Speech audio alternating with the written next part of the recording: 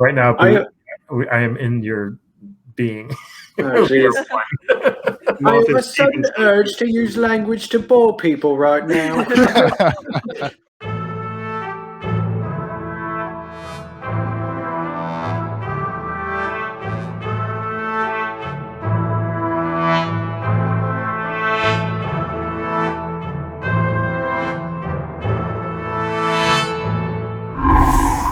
Hello, everyone, and welcome back to Nat One Network. I'm Terry Mayo, and I'm the Dungeon Master for our Homebrew campaign, Whispers and Echoes, brought to you by the fine folks at Mainframe Comic-Con and Nat One Network. God bless you. Thank you for joining us on this adventure, and if you enjoy what we do, give us a like, a subscribe. You can leave us a comment down below. Tell us what we're doing right. Tell us what we're doing wrong. We don't care. And then if you're really feeling a special way about us, you can ring that notification bell so you don't miss anything that we're doing. You can also follow us on Twitter, Facebook, Instagram at Nat One Network, so you can follow along with your daily fix of D&D shenanigans. Speaking of Nat One Network, let me bring in our brave cast of adventurers. Carla, Freddie, Barney, Eric, Josh, welcome to the party. Thanks for having us. It is so good to see you guys. Hello, hey, you guys. Howdy, partners. Man, I am so ready to jump into this episode. We had a nice layover from last episode, and I think a lot of stuff is built up. For those who were watching, you know that our group is finally taking their long rest, or about to take their long rest, which means they are going to be leveled up to level 2 when we start. So all these juicy powers flowing underneath, it'll be good. But so much strength. So much power.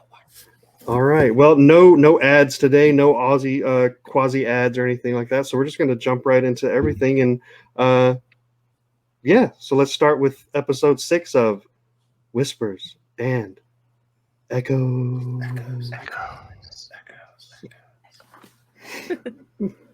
I love when y'all do that.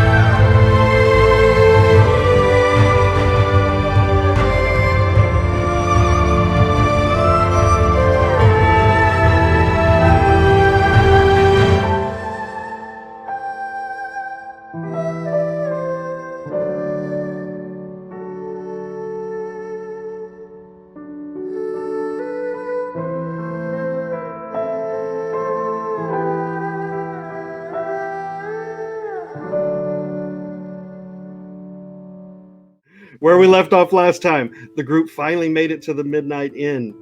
They had left Trey Wiley's cottage after finding a huge sinkhole, winding their way through the city of Stonewall proper, and making it to the Midnight Inn. Inside, they found a wild cast of characters. We had Bonebreaker the Goliath, Brandel the Gnome, Trelina the Halfling, the very attractive Halfling. Bertha made a cameo. There were pirates everywhere, and a reacquaintance with Ruby Jewel. Throughout the night shenanigans, we met Varu, the Tiefling, and a little cameo by Barney from the Choking Goat. At the end of the night, the cast of characters said their adieu to the crowd, let Trelina know to meet Trey Wiley at Sunset Bridge in Red Star, and they headed up to their room. And that is where we're going to start tonight. I'm going to rest right here. and I'm gonna lay down up against this door here. Y'all get a good night's sleep. Take the beds. If anybody wants to take both beds over here, that's fine with me. I'm gonna tuck her in right here, and I'm gonna just kind of lay down up against the door and put my arms across my chest and just close my eyes. And my axe is gonna be to the side next to me.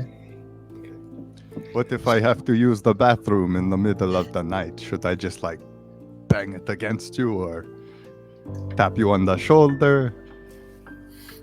Flick you in the face a little bit? I don't think there's any bathrooms here. There's a window there. Chamber pot. Right. I will let you in and out into some air. I will just sleep next to the window and just. Don't you use like some kind of like? I mean, I don't want to. Never mind. Never mind. So as you guys are kind of finding your way into room 205, picking out your rooms or your beds, you guys are pretty beat. You've had a long first day in Stonewall. The night is passing. You guys have had a lot going on in your minds, and you've all met somebody that has struck a chord with you in some way or another. As the hours go by, things get quieter. Quiet outside. The lights are dimmed. You can kind of see a faint glowing of a fire. Looks like torches of some sort glowing in the distance. Nothing that catches your attention too much, but it is there. It's something that kind of is rocking you to sleep as the flickering on the walls happens. Moth, do me a favor. You're closest to the door, right? I'm literally on the door. Do me a favor and just roll for perception real quick. Let me do that. One moment. Sorry. Let me pull my character. 1 second, sorry. I'm not sure if this is how we're doing it, but like dark elves, I guess, or elves in general, like meditate for 4 hours and then that's our full night's sleep. Okay. So I don't know if that's something we want to do because I'm fine with sleeping like a normal humanoid. I rolled a very strong 4. Very strong 4. Okay. And Boot, what is your passive perception? Yes. So perceptive. My passive perception is 13. Okay. So it goes unnoticed by everyone except for Boot, who deep in meditation, but does catch it. Tiny little footsteps approaching the door. Someone looks like they're kind of looking underneath the door, trying the doorknob, gives that a little and giggles, and then just little pitter patter back and forth. This goes on, Boot. You hear it maybe an hour, maybe 2 hours, but then it just kind of dies down. As far as the noises in the Midnight Inn, you don't know if it's mystical or if it's just really well insulated. But whatever's going on downstairs, you're not hearing a thing. You're getting a really good, quiet sleep. Who's by the window? I am. Okay, and then Josh, you're by the window as well, kind of. I'm By the wall. by the wall. I think the window was more down. Okay. Bree, do me a favor and roll for perception real quick. Yes.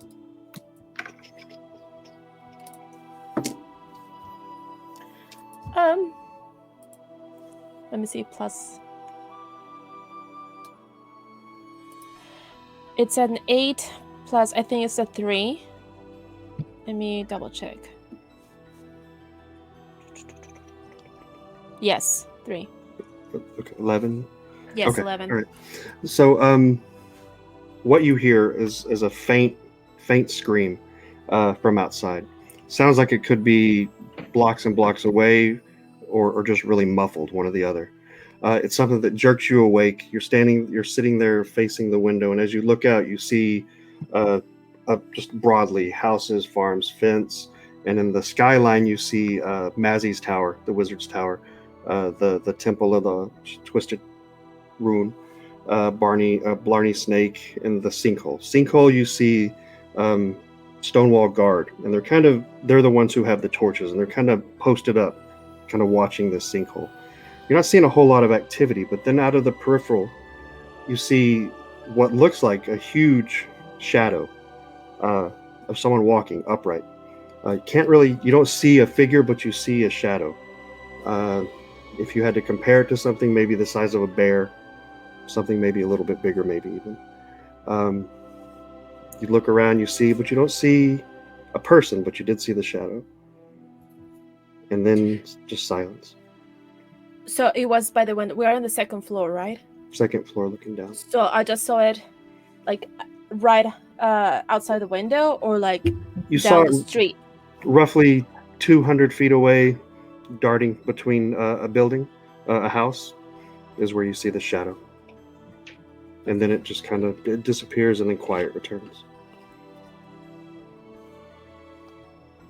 And then after that, it's quiet.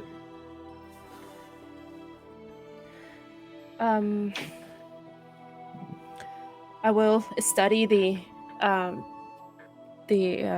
window in front of me and like the things that I'm watching, and try to see if anybody heard anything. If I don't see any movement, I will try to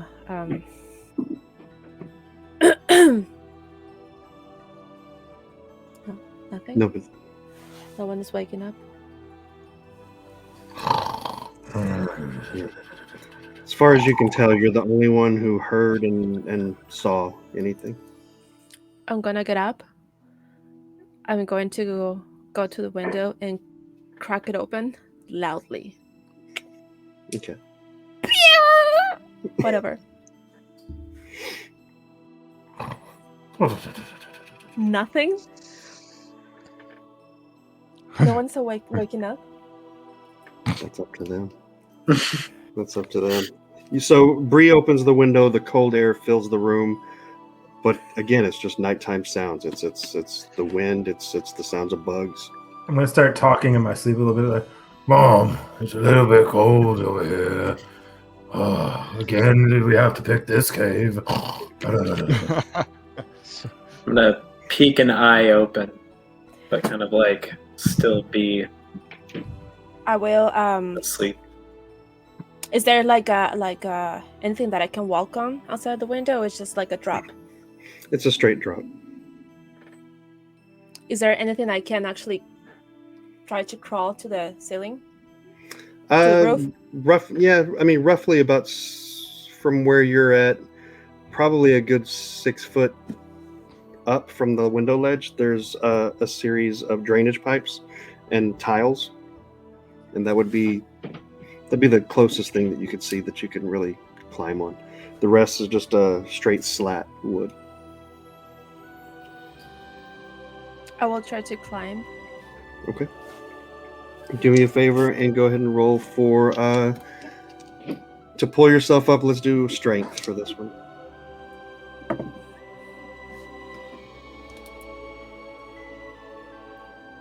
Fuck. That's an actual 11 again. I'm not strong. Okay. All right. As you lean out the window, trying to making your way, you're using the open window as support. You're using what you can with your little feet up against the ledge, really trying to make a grasp. But you are a good 2-3 feet away from this ledge. Even if you jump, you make that leap, miss it with your fingers. You're clawing down the side. You catch the window sill. Do me a favor, roll for strength one more time. Oh fuck! Oh, that's cocked. That's 16. 16. Okay. So you're holding on there. You're caught. You're halfway in, halfway out. Boot, you're still in meditation? Well, kind of watching this all go down, but I heard the. All right. So the sound of like just against the sides of the wall, and then if anybody who was jarred awake, you see Bree just hanging out the window and looking like, Bray, Panic. Bray, Panic. What are you doing? Out there? Sleepwalk. Help! Ah! Well, I'm gonna go over and kind of like lean down and reach my hand.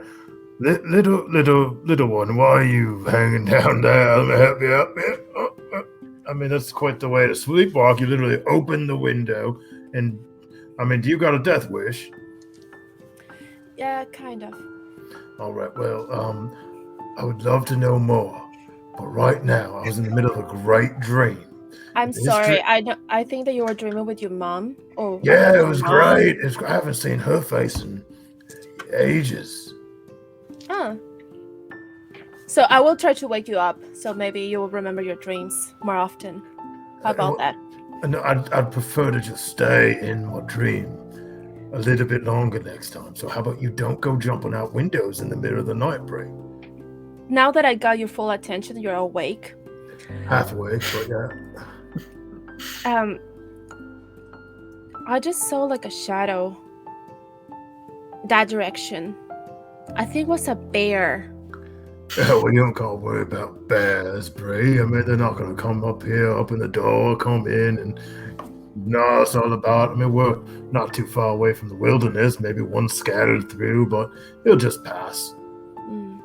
Or maybe it was a big bad warrior or something. Oh, if he's a big bad warrior, I hate for him to venture into a room full of 6 badass warriors, don't you think? Yeah. 5, not bad. Can't really count too well. I 1, mean, 2, 3, 4, 5.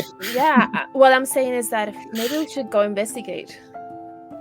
You want to go after a bear warrior in the middle of the night? Can't we do it in the morning when, there's maybe less dangerous? Okay. But I mean, unless you really want to go, I mean, I'm not going to say no. I mean, used to leave alone. It looked huge, and if somebody could take it, it's probably you. I mean, I'd never killed a bear before, but my mom did once. And when she killed that bear, she skinned that bear and she wore it. And that's what kept her warm in the wintertime, and me when I was nuzzled up to her bosom. All right, I'm gonna say, hey, Bacon, some of us are trying to sleep. Keep it down. I'm one of them, don't worry. we're bonding here. Well, I mean, if you want to go right now, I will, but I think it'd be a better idea when it's a little bit light outside. Can you see in the dark? No. See, I can, and it'd be kind of a nuisance if it's just me at 100% and you're at, 0% out there, so little dark. You're right. Okay, I will try to go to sleep. Think about that giant, strong bear outside. Oh, Jesus, you want to go, Bray? I'll just go back to sleep. All right, I think it's a great idea, and I'm just going to go right up against the door, lay my head back in. Instantly, I start snoring. Okay. All right. If the conversation between Bree and Moth woke anybody up, you guys were not moving at all, except for you, Boo. But as the night passes, Bree having trouble getting back to sleep, but eventually doing it. The hours seem to pass. If anybody else is messing with the door, it's not something that you're noticing right away. Hours pass, sunlight starts to come up. Still not hearing anything from downstairs. Nothing that's really waking you. About 8 hours pass, and the sun is fully in the sky. All right, I'm gonna wake up, and I'm gonna just be drowsy and take one of the blankets and have it around me and walk toward the door to try and get to the bathroom. And when I try to open the door and pull it I just kind of pull, but it's not going anywhere. So I hold onto the handle. I put my feet up against the wall. And I start pulling to see if I can open the door. Oh, what the hell? Why can't I just get a good night's rest for once in my life? What are you doing? Just move. I gotta piss. I thought we already clarified you're using the bucket. What bucket? Right. I'm just gonna kind of get up and lean up and be like, for a little man thing, you're quite a pain in the ass sometimes. Go. I'm ass level. Makes sense. Well, yeah, I guess we can't help that. I can't be any worse than the rats you sat on, you crazy bastard. Well, you know what? They did make a fine meal, and I think you missed out. Next time, I'll season it just the way you like. You don't know the way I like it. And you never will. Well, I mean, if you would like to share sometime, feel free. But if not, then suit yourself. I still gotta pee. All right. And I'll kind of like, my arm was, as he was talking, I was kind of like leaning and stretching up against the door, and it's going to kind of pull my arms back, be like, all right, after you. I open the door and I go, "Pup, pup, pup, pup."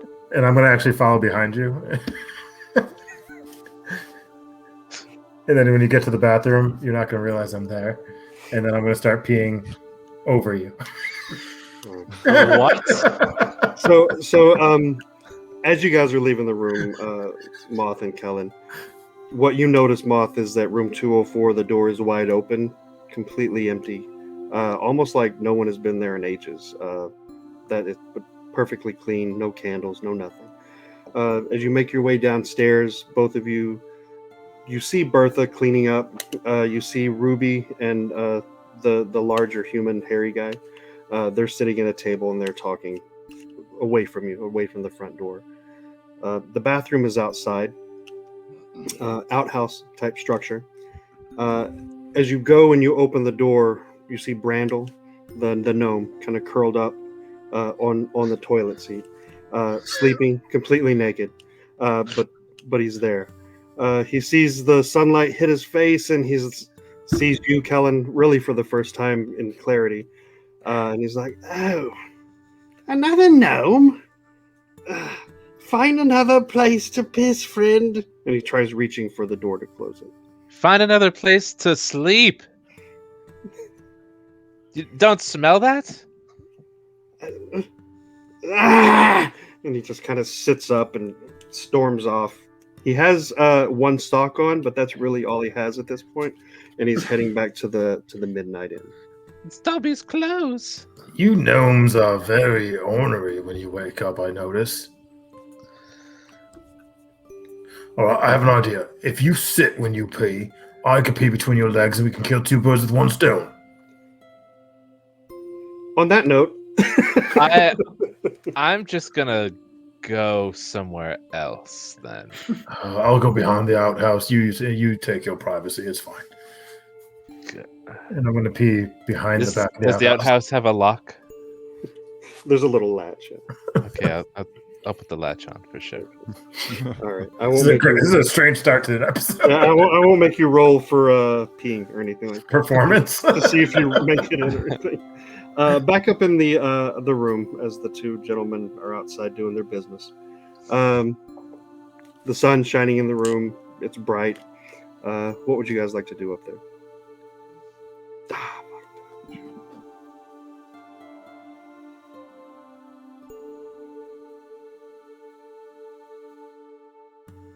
What just happened?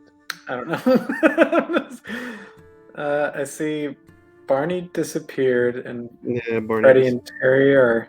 They're okay. They They're were moving again. frozen. Yeah. All right. No idea. Oh wow! What happened? No, no. I have no it's- clue. Frightening. Scene break. I heard there's sunshine in Okay. the room, and I was ready. All right. So as you three, as Boot, Cask, and Bree are in the room, sun shining in the room. It's a brand new day, feeling invigorated. What would you guys like to do? Alright, I'm gonna scoot out from underneath the bed, and there's it looks like there's a body in bed, but it's just all my stuff. I'm gonna get up and start picking my stuff and putting it on me, like my bow and my quiver and stuff. I imagine that I've found the sunlight coming through the window, at least a patch of it, and I've sprawled out and get as much of my stomach covered in the sunlight as possible. Man, I thought I was the weird one. It's so Oh. warm. This is really interesting. It's I never made any people like you. A fine people we are, yes. No doubt, Yeah. no doubt. Yeah. As I say this, I'm going to be just over my head slipping on this onyx encrusted ring. And I'm going to actually don like my actual clothes today. So like a little silver pendant after a big long stretch with a little, like a silhouette of an elven oak in full bloom. And as another smaller pendant of a silver cat curled up. And just regular like leather armor and stuff. Put all that stuff on, get my things together. Got it. Okay. All right. So, as you guys are preparing, you're getting your belongings and whatnot. Again, Boot, you hear these little tiny footsteps that are approaching down the hallway. You immediately recognize them from last night. Passing your open door is this 3-foot tall gnome wearing one sock. He kind of glances in, glances back, says, "Checkout's in 30 minutes," and then keeps going. And then you just hear a door slam. I don't think he'll be up for our checkout. He seems like he's still recovering from the fun night he had last night. Should we get Did some anyone food? else try? Yes, definitely. Yes. Did anyone else try that drink? Oh, the purple one? Yes. No, I didn't. Look really suspicious. Oy. Purple's not exactly a color I choose my drinks in. It's kind of a non-drink color for Boot. Come on. Well, Yes, let's start I believe walking they'll out. have food downstairs, so Let's go Let's see go what's then. on the menu this morning. Yeah. Yeah, we need to plan what we're gonna do. Before we go downstairs, though, have you given any serious thought to join the Captain Ruby? It sounded like fun to me. I think we got a variety of things ahead of us that we can choose from. We have this leading the charge against with the Queen, I guess. I don't know. Moth was saying something about some birdie met up, some horned birdie met up in the upstairs. Ho ho. Yeah, the door that we were knocking. I think that we need to get some food and get our thoughts together, because I mean this attack is kind of imminent, right? So if Ruby is trying to leave, maybe we need to tag along and get our things together. Mm-hmm. Well, I hope they come back soon. They can meet us downstairs for breakfast, and we can discuss things then. So as you guys are talking, time passing slowly, but it's passing. You do start smelling like food cooking downstairs. It smells pretty edible, and you start hearing a little bit more chatter with the door open. Are you guys heading downstairs at this point? Yeah. Okay. All right. As you make your way downstairs, it's a different kind of scene in the daylight. Less crowded. The pirates, for the most part, are gone, except for the large hairy guy. The Pride have moved on. It's a lot more calm. You do see Bertha in and out of the kitchen, bringing plates of food over to Ruby, over to the other gentleman. As Ruby sees you guys coming down the stairs, says, "Hey, not so fast. I need a word with all of you." Morning. Aye, good morning to you, sunshine. Please have a seat. I'll have Mom cook you up some food, but maybe I should. No, I'm going to start without Moth and Kellen, because this needs to be heard. My mate Bonebreaker, he told me some very disturbing news. You guys were very busy yesterday. Surprised this did not come up. Yes, we may have gotten involved in a a tiff or two.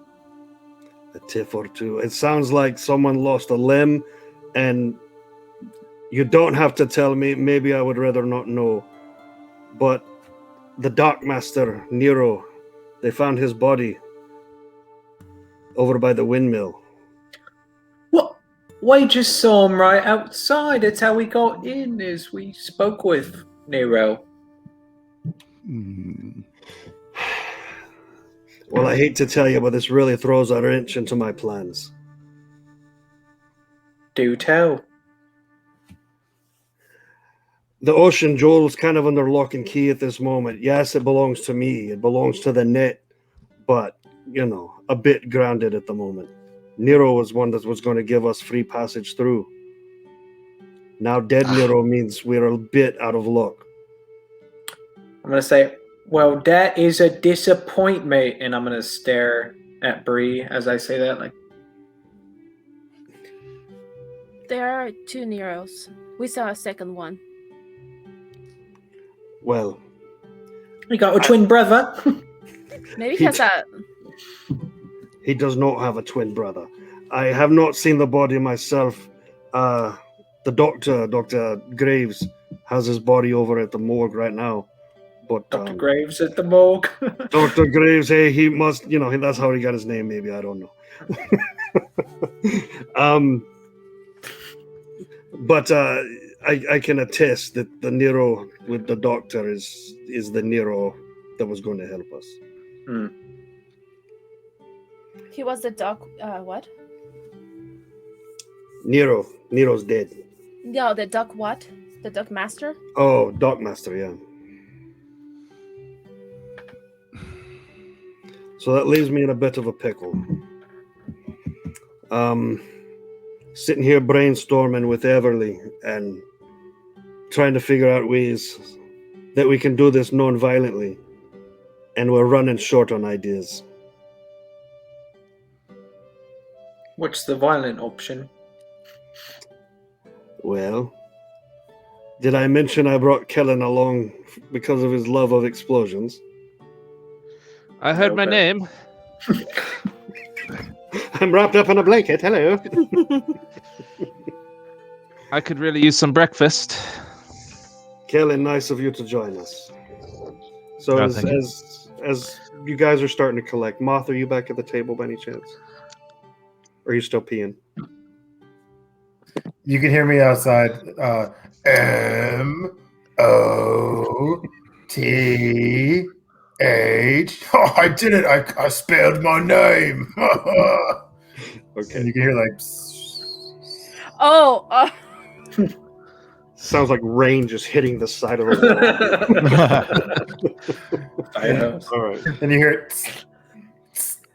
Kellen, as I was saying, we got a bit of a wrinkle. But that's not even the half of it.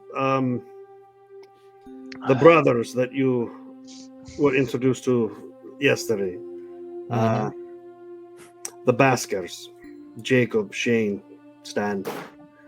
I know that right now they don't look like much, but they still hold a bit of influence in this town. If you know anything about the Baskers, their family hailed from White Cross back before the Echo moved in. And they put up a bit of a fight. It was one of those stories of freedom and hope and rebellion, and it ended in tragedy. I mean, most of the Baskers were wiped out. Poor Shane had his tongue ripped out, his thumbs removed. It was gruesome, but it gave people hope. Unfortunately, drink kind of took the wind out of their sails, and they are what they are now. But still, people look at them as something in this town. And to have Echo come in and do what they did. When we were crossing the bridge, I said, as long as you're with me, you have nothing to worry about. I kind of fear that might have changed with the introductions that you've been making over the last 24 hours. This is when I'll walk in and be like, are you talking about the guy who had, chop chop? Yes, Moth, I am. Well, he should have been a little bit more respectful. We gave him plenty of opportunities. To be fair, and now I don't normally defend gruesomely disfiguring people in the middle of an establishment, but we were buying them drinks and being quite nice to them, and they did draw swords on us. So I know it's we're in a little bit of vigilante justice, and a crowd of people that revere folk heroes may not see it the same way, but we were well within our right to take a hand or two.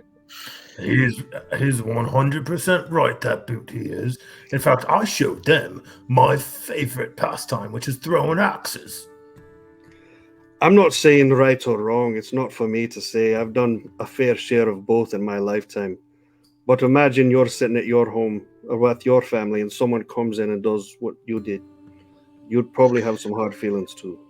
Yeah, Well, if it wasn't for fucking Periwinkle coming in, making a little fucking mess of things. I'm getting to learn about this gnome a little bit more, and I can tell he's a feisty one. I haven't had my breakfast yet. You are a little cranky pants, aren't you? So there is food around the table. It's if you want to grab some, you can. It's Bertha's just bringing out. So as I was saying, we are delayed a bit. We need to come up with a different plan. Like I said, I don't mind stowaways, but at this point I may have to ask for some favors here and there. But first things first, you gotta take that fucking echo armor off. You're gonna get you or me killed. I've been in plain clothes for quite some time, so... Could I walk around like this? Maybe. With a blankie. Would I be fine? I'll tell you what, we've gotten a good recommendation to stop by Meep. So we'll pick up some armor there. And what would you have us do to help you out? Well, first things first, let's Meep's not bad. He could do a good job for you. Whether you want to dye your armor, get new armor, whatever you need, he should be able to help you quickly too.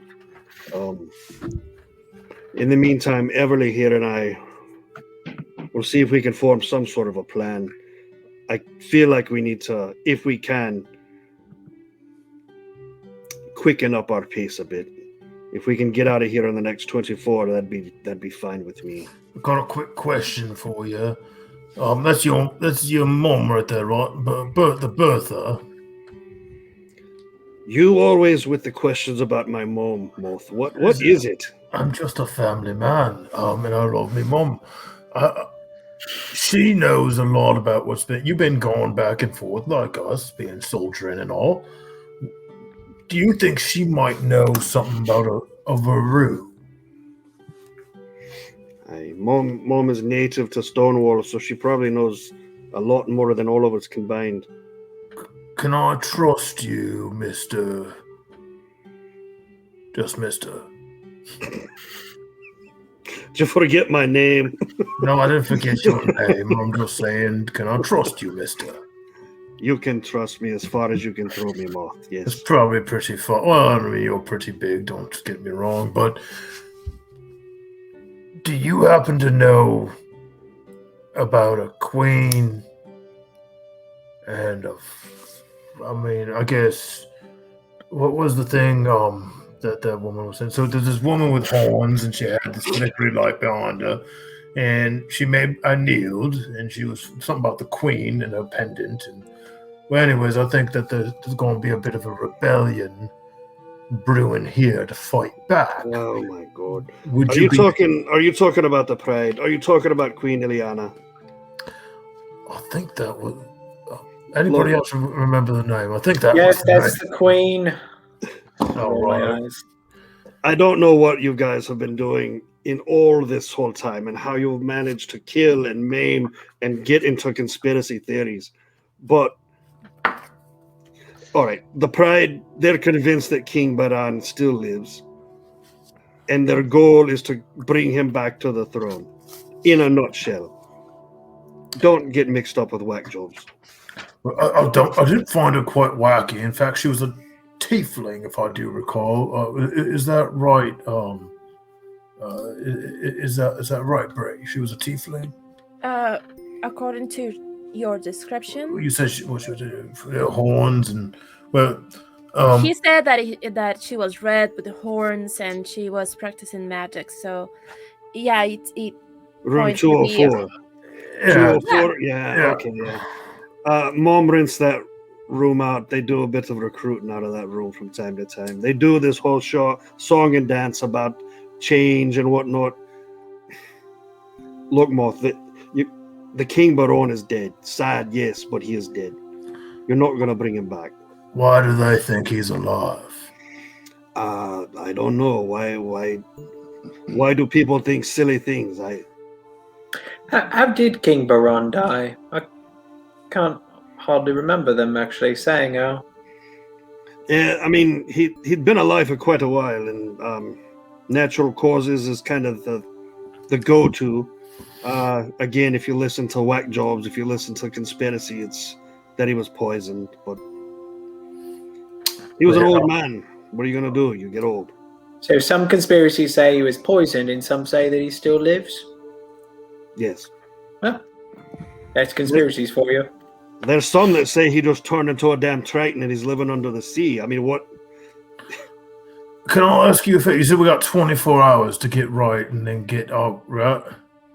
I'm hoping if we can come up with a good enough plan, which, again, Kellen, I may be leaning on you for some stuff. Got an idea. Kellen, Boo, Bray, Cascalilone. Am I saying that right? Probably not, but Cask. I have an idea. Why don't we go to the little man and see the armor? I like Boots' idea. Go check that out. Tonight, I want to take you guys somewhere, and we'll go check that out real quick. Don't worry, we'll just tomorrow so check something out. But then we'll meet at your boat, and then we can sneak onto the boat and then just drift out.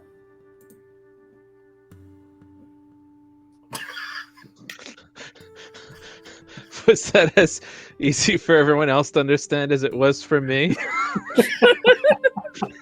I imagine Cascola just two orbs dilated, staring straight ahead.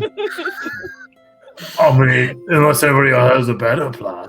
If this is the man that you've been trusting to make your plans, then all of this is making sense to me now. I'll tell you this much. It has been the worst 24 hours I've ever had. He's confident. I'll give him that. top 10. Yeah. Well, I think we should definitely go and get the armor done and maybe pay it by a year after that. What by the way did you actually need done if we're to get out here without get out of here without maiming more people?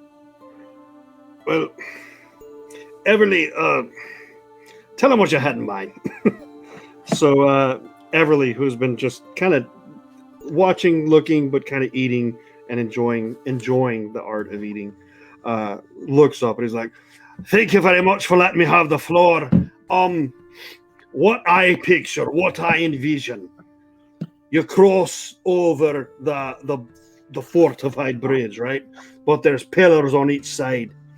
What I envision is the young artificer putting bombs, putting explosions on each one of these pillars, causing a distraction. The Stonewall Guard runs toward it. They've already got the heebie-jeebies from the sinkhole.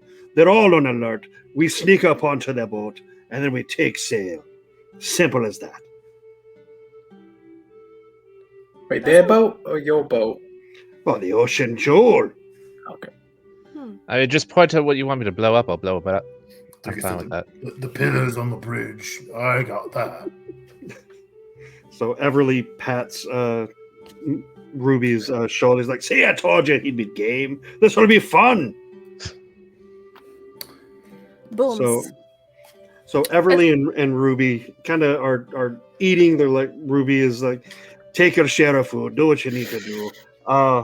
Can we promise to meet back here, let's say, noon on the dot. Wait, noon today. Noon today. I mean, unless you're planning on leaving Stonewall, which I don't recommend, but if you are, you should take some protection with you. Take some I think men. we might We have a lot expect- going on. What? Are we expecting that he's going to be setting up these bombs in the middle of broad daylight? No, I was thinking more closer to nighttime. I mean, if you want to grab some Z's in the middle, you can. But I mean, again, this is a rough plan. It's Everly's not quite. He's about on par as far as tactician as Moth, but he's got passion. What do you say we meet back here at sunset then, since we won't be doing anything until then? All right. If plans change, I'll send someone out after you. But for right now, if you need to gather stuff to make your bombs, Kellen, I can't wait to see what happens. I could use some funds. Funds. Money talks, right? How much do you think this would cost you? This guy over here, he has diamond hands. Wait, what? It must be a Moth saying. I don't know.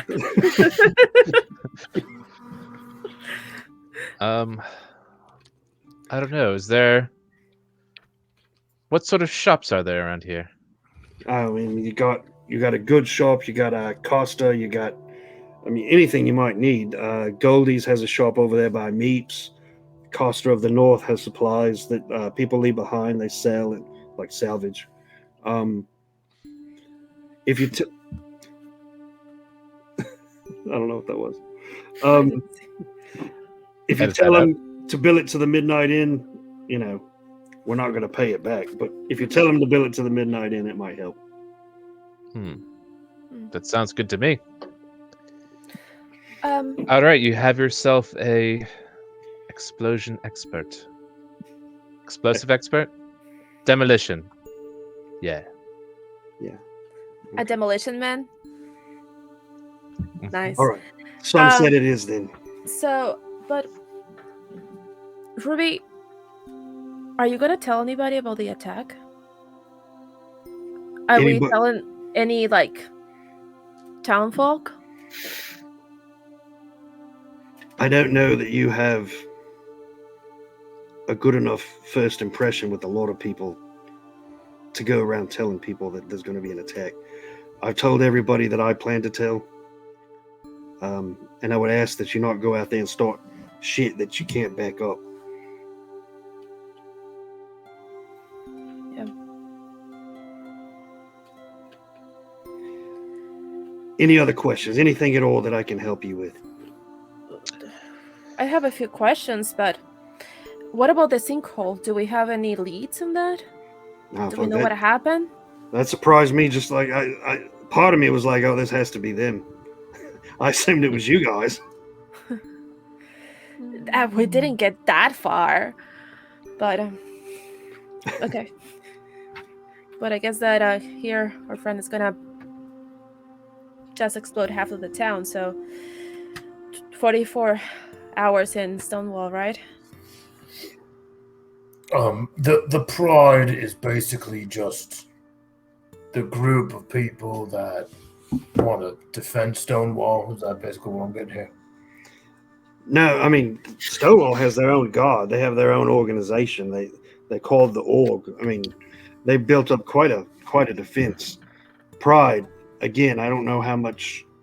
I don't speak Orc, so I don't know how else to say this, but they're fucking nuts.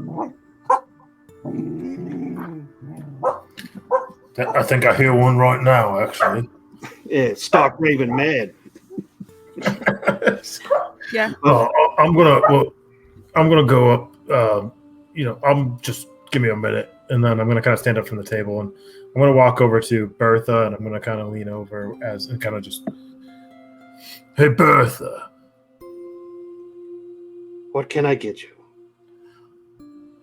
Well, I would like a beer, but can you keep it down low and not show everybody I'm getting a beer right now? Sure thing. And she is staring at you the whole time she's doing it, and then probably as loud as she can, right on the bar right in front of you. The beer just kind of sloshes around. Well, Bertha, why'd you shake up my beer? You killed the head.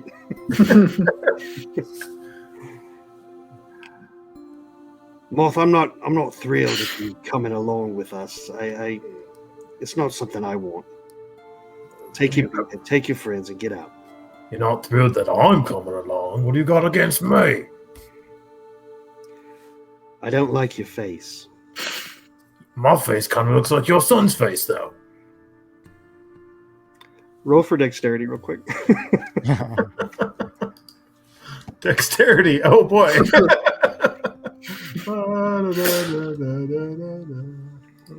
Okay, dexterity. 19. Okay. Bertha winds up, takes a slap at you, swings at you. You're able to dodge out of the way, but it does get the attention of Ruby and Everly, who both stand up and are now staring at you. I promise I did nothing to... I said you and I are both good-looking gents, and she took offense to it. She looks over at Ruby. Get him out of here. Get him out of here, Ruby. He's bad news. I don't know what I did. Okay, and then Bertha heads back to the kitchen. I'm just gonna kind of take my beer and like hold it like this and then turn my head and like. Okay. So Ruby and Everly are just kind of like, what the fuck? And kind of looking at you. They don't know what's going on, but at the same time, they're like, all right. Let's move on. You finish the food, but if Mom says it's time to go, it's time to go. I'll see you back here at sunset. And Everly and Ruby kind of go back to what they were doing, kind of planning. Everly kind of scrawling things on a piece of parchment. And they're kind of in their own little world. Where's Trulina? You don't see Trulina. I ask out. Where's Trulina? Haven't seen her. I'm sure she doesn't work 24/7. Well, that's true. So as the minutes are pushing by and the food is there, you have your fill. You can eat more, you can stay, but the stage is yours. Should we go see Meep? That And on the way, sounds- maybe talk a little as we walk to see Meep. Yeah. So, Moth, tell me more about this Serpent Shrine. I'm kind of just finishing my drink. Be like, man, that was some weird apple juice. Didn't taste right to me. The Serpent Shrine. So that was where the horned lady. I'm kind of doing this as I'm talking. The horned lady asked us to meet her, and she was going to explain everything. Personally, I don't care what we do. I don't really. While I'm actually walking, I'm actually taking off the armor at the same time and kind of struggling a little bit. I don't see why we need to worry about them at all. They have nothing to do with us. I'm thinking because the Queen was very well regarded back where I'm from in Burning Beacon, and I'd be interested in taking some time, feeling out, getting low to the Serpent Shrine, and checking out what was going on there, and then we can rendezvous back at the pub. I think At sunset. I don't disagree with your sentiments. I'm a little thrown off and flabbergasted at this particular moment in time because I don't know why she just took a swing at me, and I'm trying to figure that out in my head. And I can only do one thing at one time, and thinking about many different things at one time sometimes, well, it confuses me. And I think I'll leave it up to you all if you want to go there. But I will say this. That horn lady was very serious. And I don't get the EBGB-weebies a lot. But I certainly got it then. And she had eyes that were like red and the flickers of the flames. She set the mood for scary. You don't think she was a mite bit racist? Like comments you were making last night. It's how it makes someone feel. I don't really know what feelings are. I'm just trying to think, like, if I was to feel scared, which I wasn't, that would have been a moment where maybe I would have been scared. But again, I wasn't. Wait, with Bertha or in the room? Bertha, I'm confused. In the room, I was scared. Okay. I thought you weren't scared. Well, no, I mean, okay. I guess every once in a while, sometimes things kind of get me off my rocker. Well, for someone who's not really close to their feelings, you're pretty decent at poetry. Well, my mom told me that I should start getting more in tune with my feelings because sometimes I just say things and I don't think. And it helps me think about people by writing things down about what they might think about the things I say. Well, I don't see the reasoning of us. I mean, we're already, what, going against the Echo and leaving the Echo? I don't see why we need to then turn around and openly confront them. That doesn't seem like a good idea to me. Well, we're not with the Echo, and apparently we're not in good standing with the people of Stonewall. So maybe we just need to leave. I think we should, but I think we should investigate. You don't have our own bird just chatting you up in a room and not follow where she's going. At least let me ask you a question then, Boot. Give me one reason why I should risk my beautiful neck, my neck that is very necky, for a queen that I didn't really know. What was an admiring trait of this queen of yours? I'm sorry. What did the tiefling say to you? What did Veru say to you? Did she say you'd be going in and fighting in this prison? Well, she had the crest of the queen, and she served the queen. Do you remember what she actually asked you to do? You were supposed to meet her, and then she's going to tell us something. Oh, she's going to tell us. So that's not going to be risking your neck, is it? Have you ever risked your neck in a conversation? Maybe most of it, but don't answer that. I'm sure the conversations you have are quite different. I don't know. I once talked to a bird that attacked me, and that was a strange moment. So as you guys are walking, you are hearing like a clanging. So you can. It sounds like someone's just slamming metal against metal as you round the corner. You pass the morgue, and again you get that whiff of like rotting meat. Morgue. There's a cemetery in the back.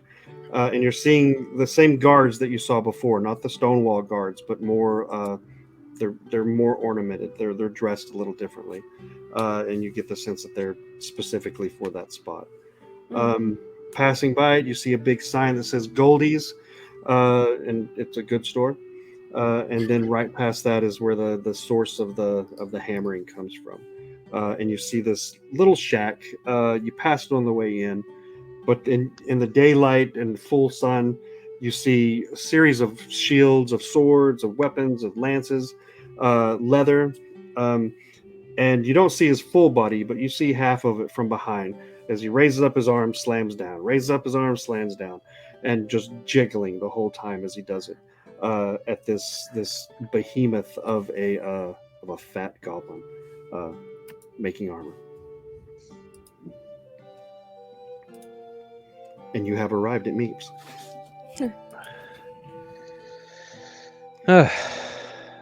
Hello. That was my startle button. We're just kind of like walking towards him. Come in.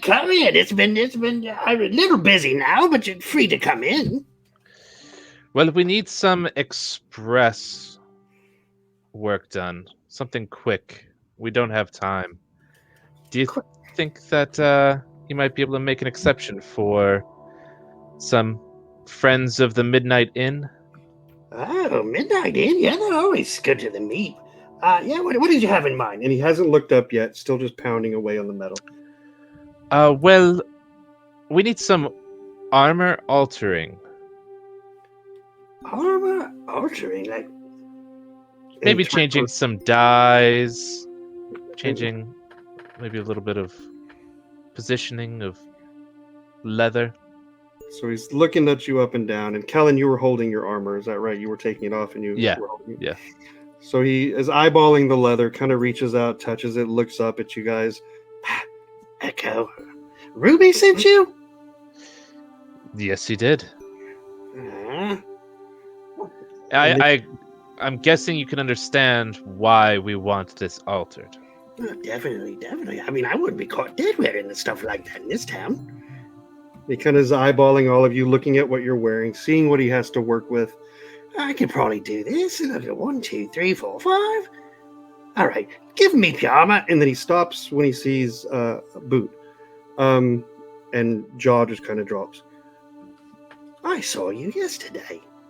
I know you. What's your name, boy? So, my name's Boot.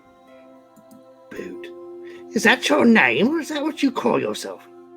Is my name. And I want to say in Goblin, how do you know what my name is?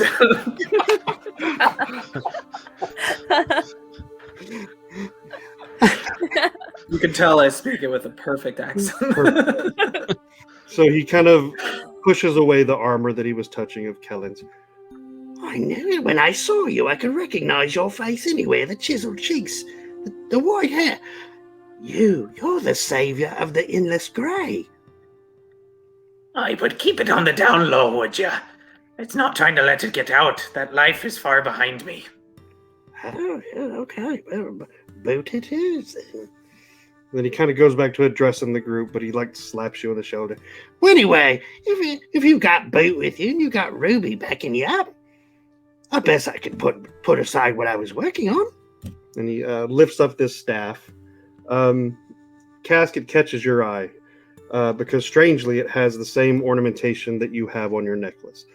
There's an elven oak in full bloom, and it's the head of the staff is this metal piece, and you can see that in the middle there's a hole where like a jewel would be, or like where light could shine through it.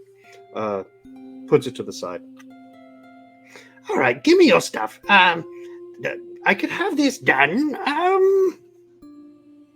Give Meep 2 full hours, and maybe he can have this painted and refurbished. It won't be any stronger than it ever was, but it'll look a lot nicer. Hey, mate. Immediately. Mate, I got a question for you. Go on, big one. Do you like poetry? I hate it. Well, I wrote a poem about you just now. And then to Boot, Is he like this all the time? Yes, unfortunately. Do you want to hear it? Well, I guess humor me. he's just kind of gathering the armor as you're doing that. After sleep, we met Meep deep, deep, deep. He walks, he smacks, and then slacks, and just like to yap. Yeah, your mother must be proud of you. Look at you. You read all the words nice and perfect and everything.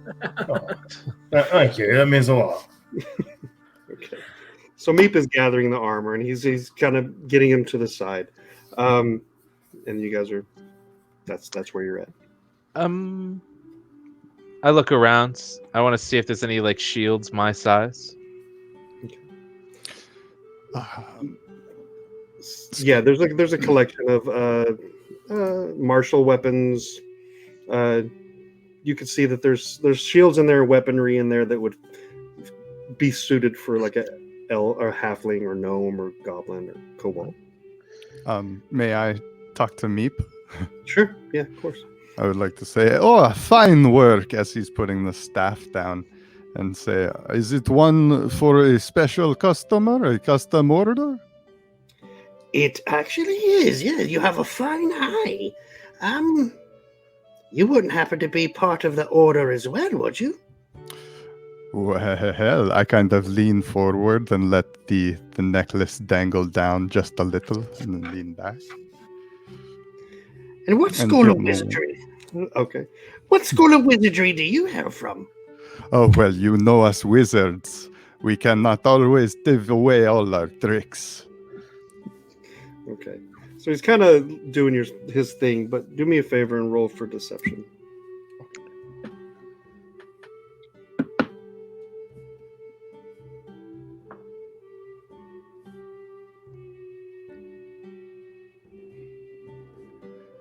And that is a 19 19. total. All right. Find it. There we go. Okay. So you have him hook, line, and sinker as he's doing getting the armor and whatnot. I even say, watch this, and I conjure like a little bird in my hand. It's a silent image, and it just kind of hops around.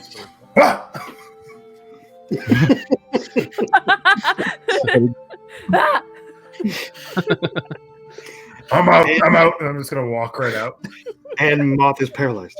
I got him. I've been holding on to that one for a while. He's frightened. So so Meep sees it and he's Oh, yeah, very impressive, very impressive. You know what? You should probably meet the rest of your brethren when they come back to pick this up. Oh yes, and when will they be back? I've seen, we all have different times in which we act. Well, they're he looks around and I mean, this is only for you. I mean, non-wizardry people. Well, I mean, you could tell Boog, he's a good one.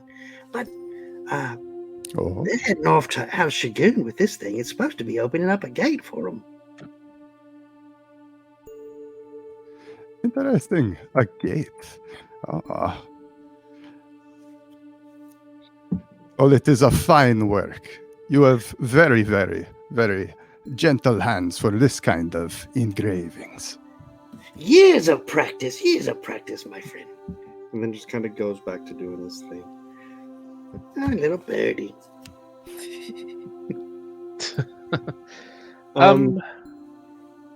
How much for one of these shields?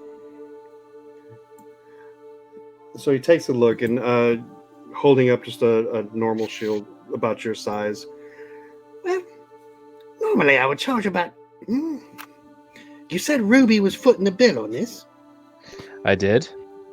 Then let me go ahead and charge 20 gold. That sounds nice. Be sure to bill the Midnight Inn. Of course, yeah. No, yeah. Well, anyone else who wants anything, please feel free. Meep will get started with your armor right now. Can I get one of those nicer short sword, please? Help yourself to whatever you need. Write it down in the ledger. I'll keep an eye on you. Make sure that you're not, that you're on the up and up. The last thing I want to do is cheat Ruby. All right. So Meep is kind of going back to doing his thing. He's kind of one-track mind. He's a wind-up doll as far as like has a task in front of him, does it. Has a task in front of him, does it. But that's where you're at. Do you know of anywhere I might be able to find things that blow up? Into that sort of thing. Well, I should have guessed you being a gnome and all. Most of this forbidden stuff you would find at the Costa, but Goldie might have a few things next door. But if I was really looking for fun stuff, I'd go to the Costa. Costa. And where's the Costa? That's over by the docks. Over by the docks. Oh, well, maybe we could stop there on the way. Well, tell him Meep sent you. Can do that. Kellan, yes. Kellan, I would love to grab a components bag before we move over to the Serpent Shrine. Would you accompany me to Goldie's? I'd be happy to. Got nothing else to do. I'm gonna take this shield here, and is it like a metal shield, possibly? Yeah, the one that you have is ornamental. It looks like it was salvaged from another military unit of some sort, bandit, goblin, whatever. Okay. But it's got an ornamental skull right in the middle of it, black and then gold around trim. Oh, cool. So that way I can. Just reminds Intimidate. me of blowing people's faces off. Kellen's gonna be Skull goth on from now on. That's okay. No, but maybe. Okay. What do the rest of you guys do? I will be waiting outside. Okay. If there's any way I can exchange my short bow for a long bow, I will do that, but otherwise I'll be good. Okay. So that's going to be a charge to Ruby, but yeah, you're free to do that. All right.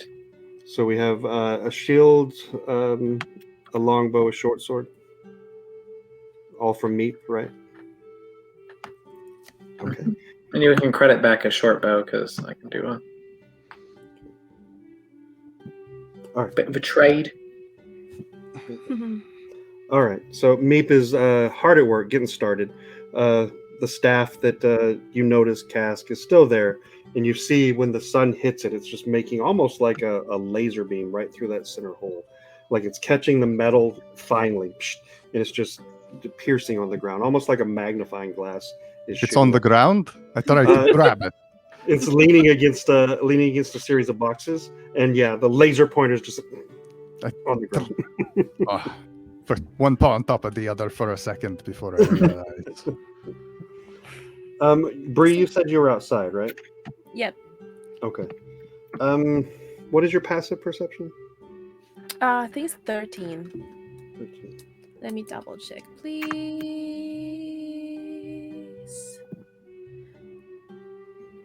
Yes. Okay.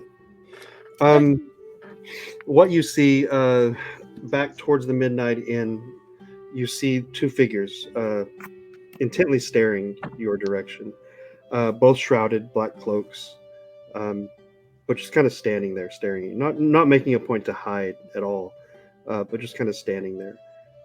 They would be a good 150 or so feet from you. They're closer to the Midnight Inn than closer to you. And as they see you look up and see them, slowly they start walking back away from, not towards you, but back away towards like the sewer and the orphanage and the Serpent Shrine, that area. Do they remind me of the shadow that I saw last night? No. They would remind you of clothing of the Thieves Guild. Okay. Hey guys, I'm gonna be right back. Okay? All right, we're gonna be at the shop next door. All right. I'm gonna start walking towards them. Okay. All right. So, Bree, are you running, walking, normal speed? What are you? Kind of like fast paced. Okay. All right. You are kind of seeing them, and it is one of those scenarios where you like catch a glimpse, and it looks like they just shift, and then. Bray, where are you going, Bray? Did they put the bird away in there? Why are you running off? Come on, and I'll keep walking. Oh, come on. All right. I'll follow. So what you see is them walking. They're walking normal pace, and you're kind of catching up. Seeing that they're like shifting almost fluidly between people as they walk. Staying close to buildings, staying close to shadows as they can. Lose them and then you catch them up. Lose them and then you see them again. They're heading straight towards the orphanage area, or what's left of it. And then you kind of lose them as they turn a corner, approaching the orphanage. Seabooth? This is Seamoth. This is where I grew up. Holy, why are we moving so fast? And what? You grew up right here? Yeah, that's the orphanage. Oh, little one, you were an orphan too. Yeah, and I'm kind of feeling kind of nostalgic. Maybe I need a minute. Frank. Can I? Oh, I will need to go inside and just. Well, I guess. so you want to go inside the place where they store all the little ones? Little one. Yep. Well, let's do it. Seems like a field trip. Maybe you could stay here, outside. You want me to keep guard, make sure nobody comes in and messes you up? Yes. I could do that. I'm pretty good at. And if anybody tries to come through that door, I'll tell you what I'll do. Okay. I'll talk to them first, and then if they insist on coming through, they better ask real nicely. And if they don't, then I'll give them one or two left, right. Should we get like a safe word? Okay, if I'm in danger, I'm gonna say bird. That'll Okay. catch my attention. Okay. I'll be right back. Okay. Yeah, there's no problem. And I'm gonna kind of like, is there like what's around the outside, DM?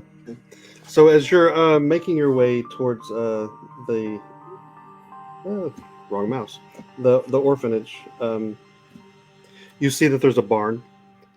Doors kind of off now. In the better days, the barn doors were painted red, white. Now the doors are gone. The paint is faded. That is next to the orphanage. Orphanage is a single story, but kind of a sprawling. It looks like it's built as a dormitory-ish. Set of stairs leading up to a single door. Grass is dead. It looks like it's seen better days. A little abandoned.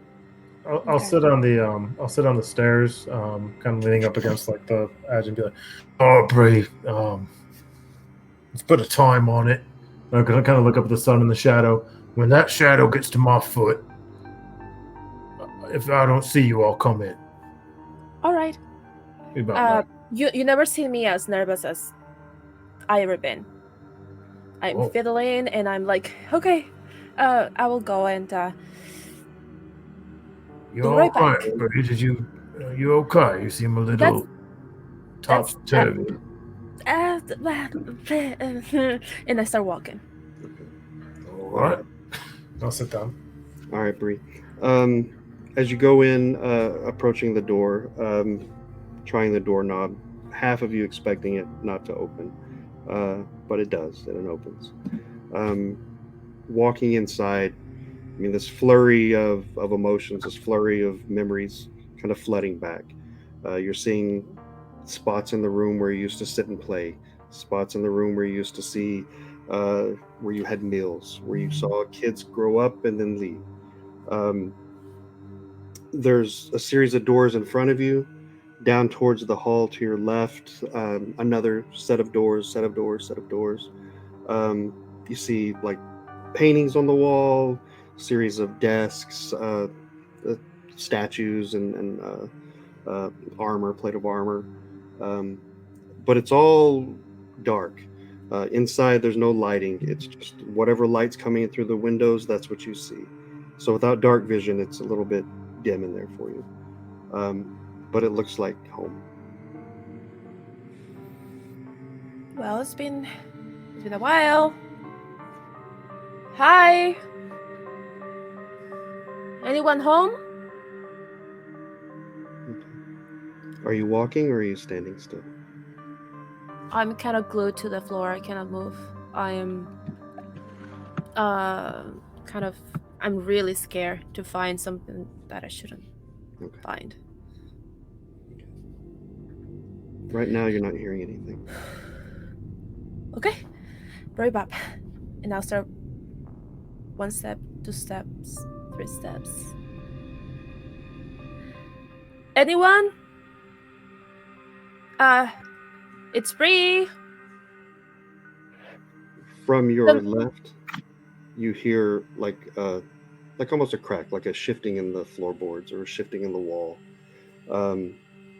And that comes down to a wall. So right now you are facing a series of a fork, basically. To your right, there's a closed door. To your left, a hallway that goes down towards more closed doors. You remember that the hallway is is a series of for the younger kids. The door to your right was more for the older kids. Desk in front of you, the paintings, all that stuff is still around you. But you're kind of at that crossroads right now. It's Honeybee. It's okay, you can come out. And I will go to the younger kids area. Okay. Before you get there, do me a favor and make a dexterity saving throw.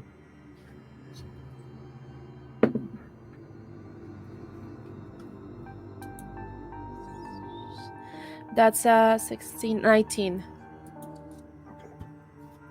All right.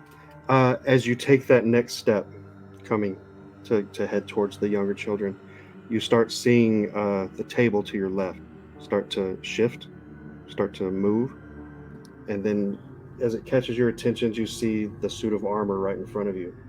It's also starting to move.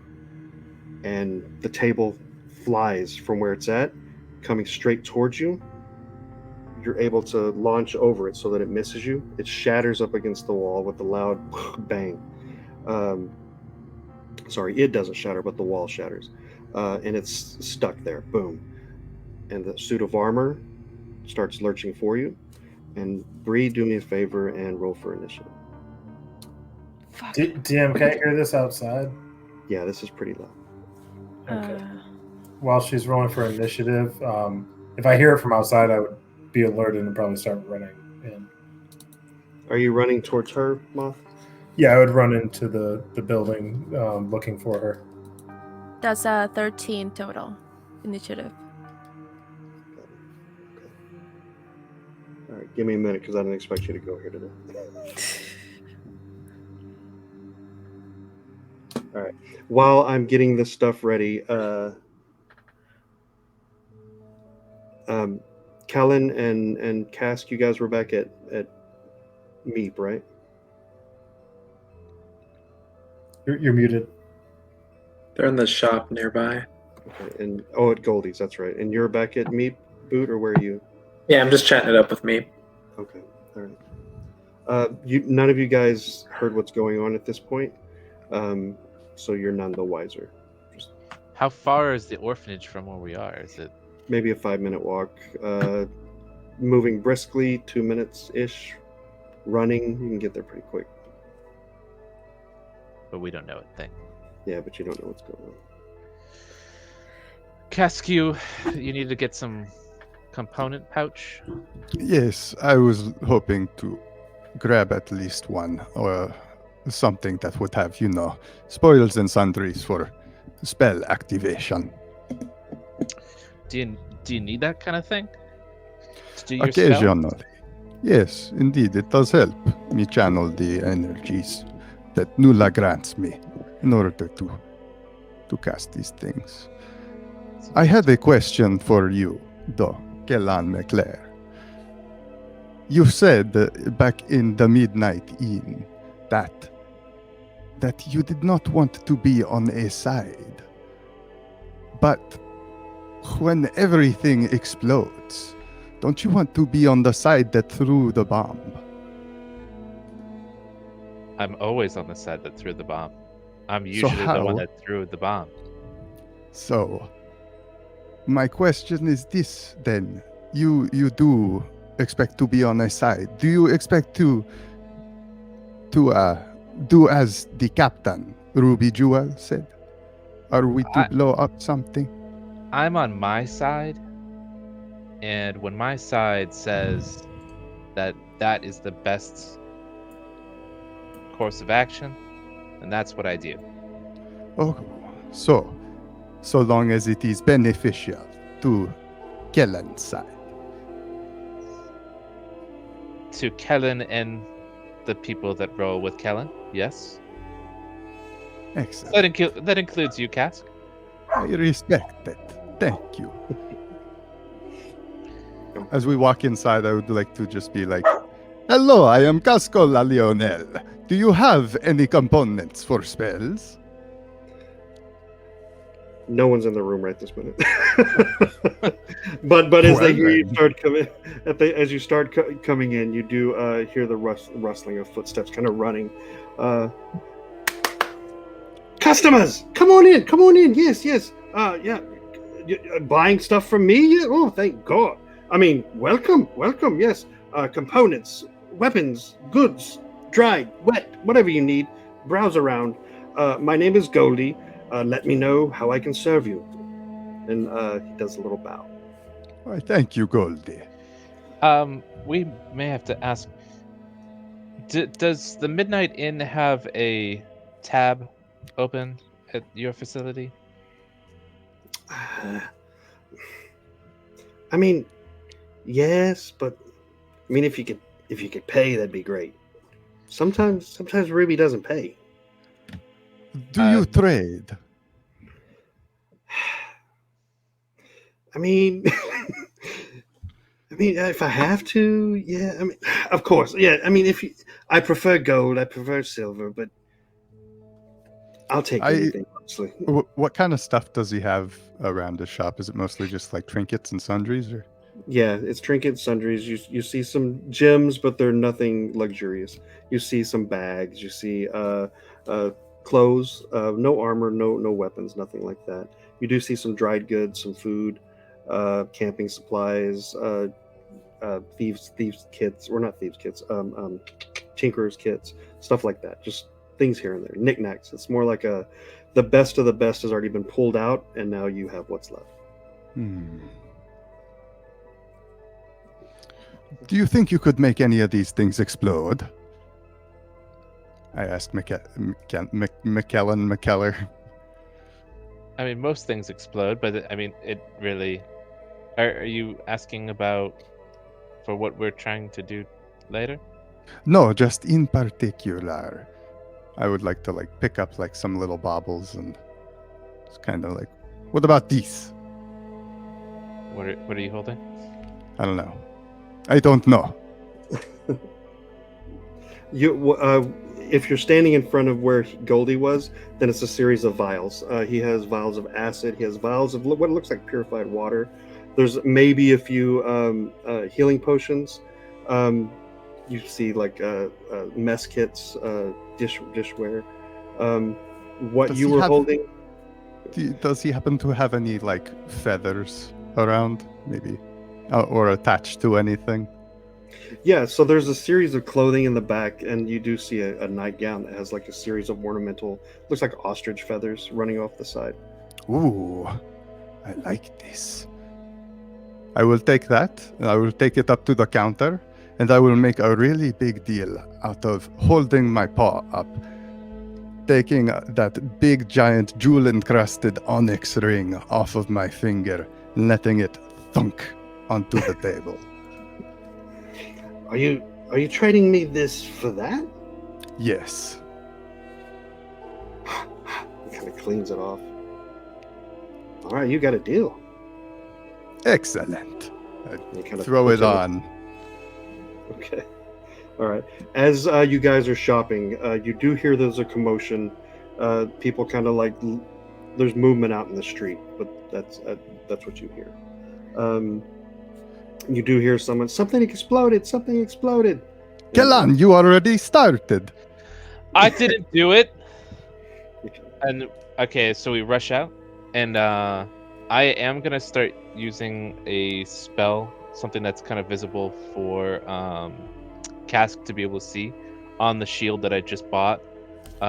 Essentially, what he would see is actually some almost like magic fingers or tentacle type things coming from my hands into the shield itself. Mm-hmm. And what I'm doing is I'm infusing the shield with a +1. For the +1, does it need an attunement weight or anything like that? For the shield? It does not as a shield. Okay. All right. Yeah, so if you guys are rushing outside, then you do see that the series of commotion, or the people are kind of looking back towards the Midnight Inn, looking back towards the direction that, well, you didn't see where they went, but back towards that direction. I am going to shift gears just a little bit, going back to Bree and Moth. So this is where we're at. So Bree, you are alone in this hallway. The table has slammed up against the wall. It is lodged in the side, and this armor is in front of you. And he is going to go first. I'm in danger. If I can figure out how to move this fucker. Oh. Yeah, I knew this was going to be my downfall. All right, and he is moving towards you.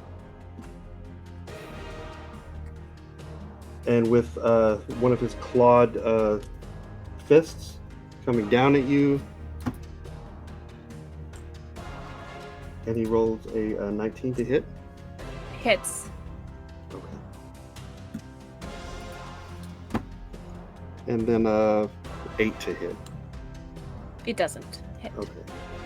So what you see is this large, twice your size set of armor lurching towards you, coming down with one fist, slamming across your shoulder. You are taking 6 points of damage. Mm-hmm. And then with his other fist coming down and just narrowly missing you, and then just kind of hovering over you. You hear the table lodged in the wall, and that is his turn. I'm sorry, 6, right? 6 damage. Okay, there you go. Moth, roll for initiative as well, please.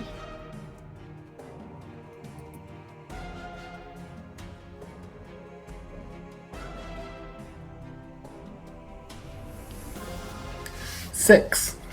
Okay. All right, Bree, you are up. Okay, I'm gonna hit.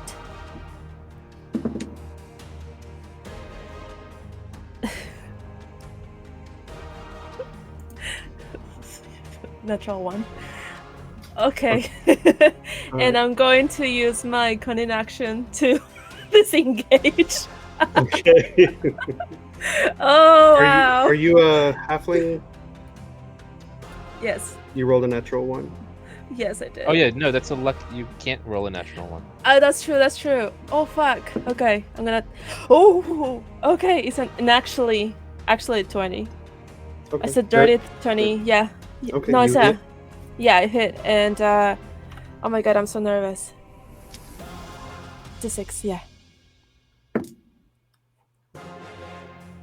7 damage. Okay. All right. And go ahead.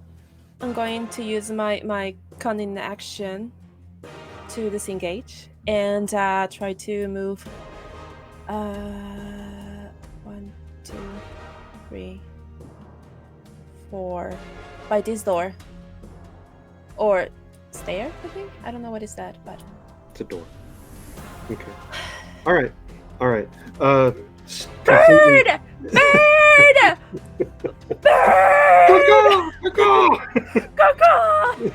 Oh boy. So what you felt and what you saw was just this metal fist just slammed down into you, taking all of your breath out of you. Somehow you were able to slash up with your short sword, knocking this thing back, but it stays where it's at. But it clearly was stunned a bit as you call back for Moth, and now it is Moth's turn. So hearing the screaming, I was already, as soon as I heard the table hit, I was already up with my axe. I am going to run in, and I have 30 movement, so I'll go 5, 10, 15. So now I'm here, and I'm actually going to pull out my 2 hand axe. So I'm going to kind of like shift gears here, pull out my 2 hand axes. I'm going to throw them at this suit of armor that is standing there. Okay. Great, what the hell am I looking at? And I'm just going to... All right. Armor! Ah! Go ahead and roll for your attack. What? What the fuck is that? Okay, the one is a 7 and the other one is a 20. Okay. Unnatural. Okay. Dark. All right. So, as the suit of armor is just standing there, a little bit stunned, one axe flies past his face, lodging into the wall behind him. The other axe hits True right in the middle of his chest, and then roll for damage on that. You said. That will be 5 damage. Okay. All right. For the other adventurers who haven't rolled initiative yet, if you are following the crowd, then the crowd is kind of leading to this orphanage. You're free to let me know if you want to join at any point. I still have 15 movement, so I'm going to move and position myself in front of Bree to kind of like defend her. Okay. Oh, buddy. All right. All right. That brings back up the. Actually, the table. So the table is still lodged in the wall. You can't really see it from where you're at. It's more in this area, but it's you hear like this just struggle, something trying to get loose, but nothing happens. Next thing you see is the suit of armor lurching forward, and it's coming towards you, Moth. And it's going to swing at you as well.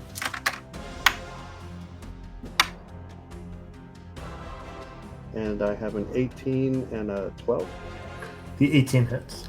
Okay. All right. Kind of the similar, almost as like an automaton. It just kind of lurches towards you with a massive fist coming down right in the middle of your skull. The next one lurching, but kind of catches its own arm. It's in a clanky motion. So it comes down, boom, and then kind of hits its own arm, just kind of causing the impact. And the damage.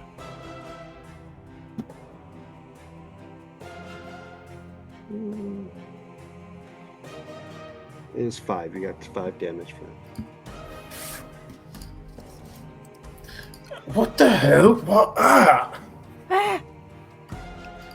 And leading in next is Bree. A sneak attack. All around here. That's 12 to hit. Okay, misses. Misses. You get Did you roll with advantage? You get advantage. And that's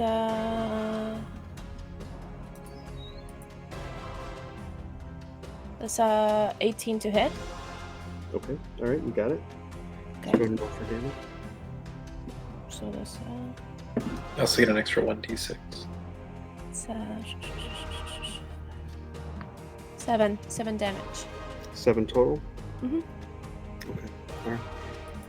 All right, so as you swoop around with your short sword and just kind of with all your might shove where a living body would be, you do feel like the creaking and the bending of the metal as your sword dives deep into the metal, into the armor. All right, and next up is Moth. I'm gonna pull out my great axe, and I'm gonna stand as tall as I can with it over my head and be like, what kind of devilry is this nonsense? And I'm just going to come down straight on top of the helmet as hard as I can with my great axe. Okay. Go roll for attack. 24. Yeah, you hit. Gonna roll for damage.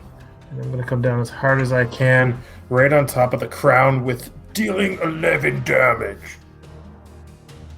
Ooh. All right. With your mighty blow to the cranium of this to the helmet, it almost looks like it's shrinking. Just boom! You all the power. You can see the metal just kind of crunching underneath it as the knees kind of buckle a bit, but it's still upright. But it looks like it's weakening. Anything else you want to do, Mom?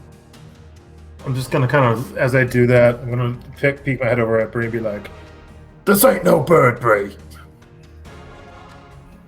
Say no word. Metal bird.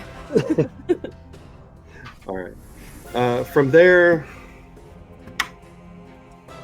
All right. you hear again just sound of wood on wood and like creaking and cracking and just thundering on the ground as the table tries to free itself from the wall and it fails. Which leads me back to armor. All right. The armor, dazed and confused, dazed from your mighty blow moth, kind of reaches around, does a swipe and a swipe, but misses on both swings. You just feel the air from both fists in front of your face as it's like inching towards you. And he is kind of staying there and engaging with you. And that leads back up to Bree. Again, sneak attack. That's 21 to hit. Okay.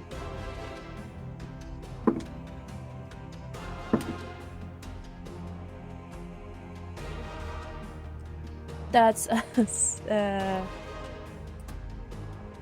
6 damage. No, wait. 9 damage. 9 damage. You rolled 2d6s? I did. All right. All right. As it's crumpling around, swaying back and forth, again you come in with your sneak attack. And Bree, actually, how do you want to do this? Really? Yeah. Yay! I will just crazy Tasmania devil. I'm gonna jump to its neck and I'm gonna staff whatever neck, whatever. It doesn't have anything, but I'm gonna just like and until it stops moving. All right. And with that, it stops moving, and it is gone. You are still in initiative. Is there anything else you wanted to do, Bree? I'm just gonna. I think I forgot about the table, or at least I don't know that the table is moving. I never seen anything like this, and just look at Moth like, what should we do? What is this? I'm holding my axe on like this, and the top of the helmet is just kind of stuck into the axe, and she's stabbing away as it falls down. I mean, I've never seen a suit and armor just kind of spring to life like that. And then do I hear any noise or anything? In the background, you can still hear this wood shaking. I'll walk towards it, and then kind of shake my axe free with the helmet flying off and hitting the wall. And I'll walk towards the noise. Stay back, Bree. I don't know. Might have more mischief. Okay. I walk Maybe. right or left. Sorry. Towards. Oh, wait, I can with okay. Towards this area. So then I'll go here, and then I'm 20, and I still have 10 feet of movement. What do I see? Maybe we shouldn't be here. What you see, Moth, is that this desk has just barreled through the wall that was in front of it, and it's slammed into the next room, and it is lodged halfway in the building, halfway out, and it is the legs of one side are what's keeping it in place, and it's still like moving back and forth. As you cross this threshold to where you're at right now, you hear almost like a supernatural voice in a loud tone, and it's more like a "Get out!" Bray, I don't know what kind of orphanage you grew up in, but I got a fucking desk over here that's going back and forth like a saw, and I just heard a voice of some weird fucking evil thing. And again, I'm not one to get scared. I don't get scared, but I'm gonna listen and make like that motherfucker just said. I'm gonna get the fuck out, and I'm gonna start backing out towards Bree. Yeah. And be like, I think we need Kellen McKelkland skins over here. You can blow this motherfucker to the moon. I'm out. Like Scooby-Doo legs, just like won't leave. Okay. All right. If you guys are retreating, you can retreat. If you want to stay, you can stay. As I'm exiting, I'm just gonna kind of peek my head back and be like, "Happy to oblige," and just kind of slam the door and bounce out. All right, and with that's over for right this minute. As you're exiting, what you see in front of you is just a series of villagers, a series of guards that have come from the mortuary, come around from this wall, and they're all kind of looking and wondering what the hell's happening. They see you guys coming out of the orphanage, but they're all like kind of in disbelief. Has any of the other party made it to this point yet, or are you guys still over at the shops?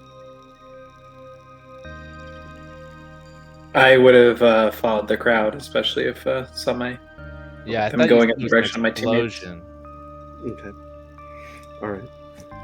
Is Cask? Do I see Cask anywhere? Probably.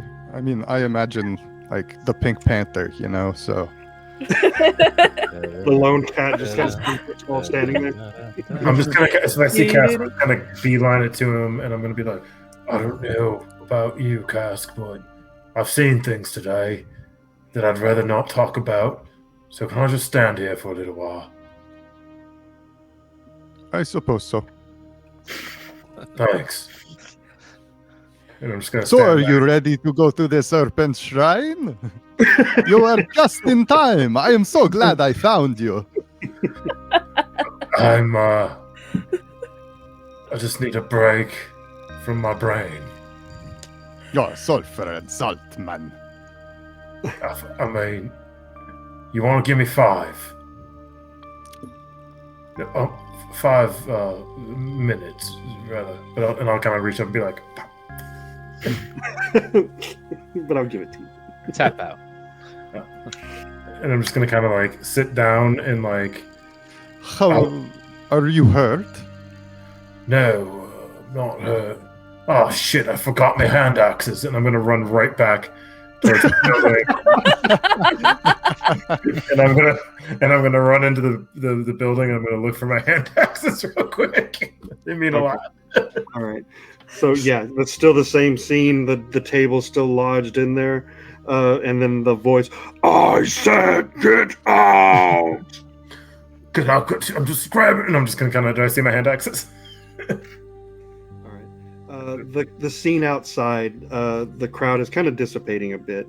You still have a couple guards, and they're kind of looking. You see that they're looking on the other side of the wall of the orphanage, and they must be seeing the table moving as well because they're like doing one of these like check this out, and just random villagers kind of standing there. One of the villagers. Go ahead.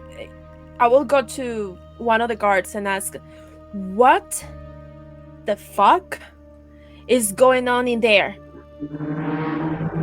It's not like I wanted to. Get out! Yeah. It felt like we were in Blade Runner Yeah. 2049. I thought that was an actual sound you made. That wasn't the kind of homecoming I was expecting. Well, miss, maybe you shouldn't be trespassing. I lived here. Well, lived is the optimal word. And it kind of turns and walks off. What? Why nobody's asking about it? What? Hey! I hate when they ignore me. So again, the crowd is kind of like separating, going their own way. I mean,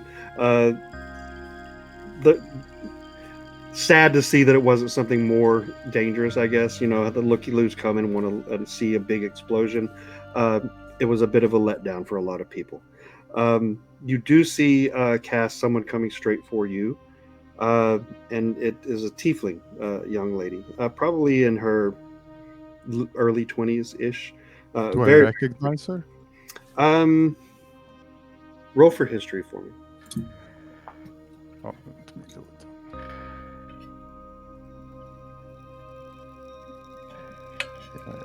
History.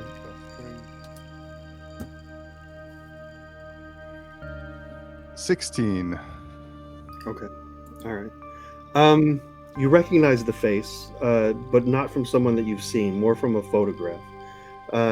It draws back a memory from a trip you were making from your hometown around towards the outlet leading to Whitecross, and of stories, sharing stories with a warlock named Zada here, and he would show you this picture of this tiefling that he called his teacher, and she looks remarkably like that, coming straight for you.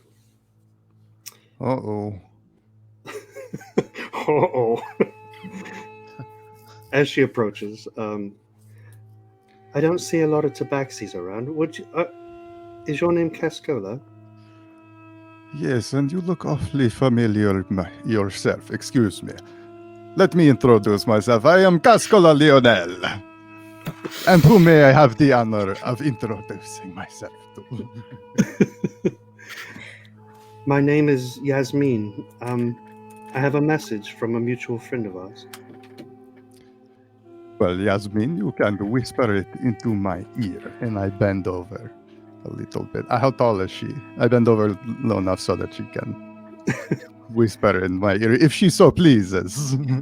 She kind of stops you and steps back a minute. She says, well, this is actually for everyone. Zada Sahir could use your help right now. He was digging into that thing that you were talking about, the Twisted Rune, and he may have run into a bit of trouble. Well, a captain for a captain, yes. Oh.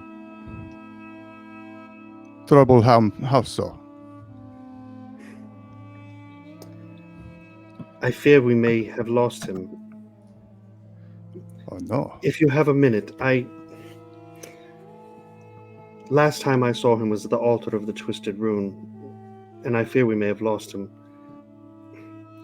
Is there anything I can do to get you to help me find him, to get me to reunite me with him?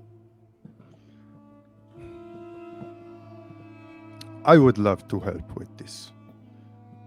I need to... This is quite a situation, so much...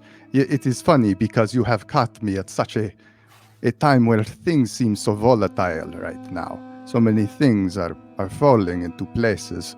I cannot predict what will happen next. I will tell you what. I know a great group of people. I kind of motion to Boot and Kellen and Brady behind me. These fine sundry of persons behind me are a part of my syndicate. Syndicats, if you will. And... Excuse me. I would be eternally grateful for anything. I will ask them if we can pencil this in. I don't want to put you on the spot, Cascola.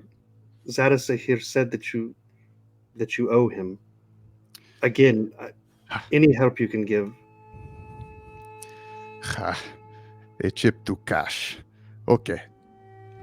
I will help. I will find a way. I'm going right now to the altar here in Stonewall. Can you follow me, or do you need a minute? I feel like time is of the essence. Yes, I have been hearing that a lot lately. Give me one moment. I'm going to come running out with my hand axes at this moment. Be like, oh, I got him.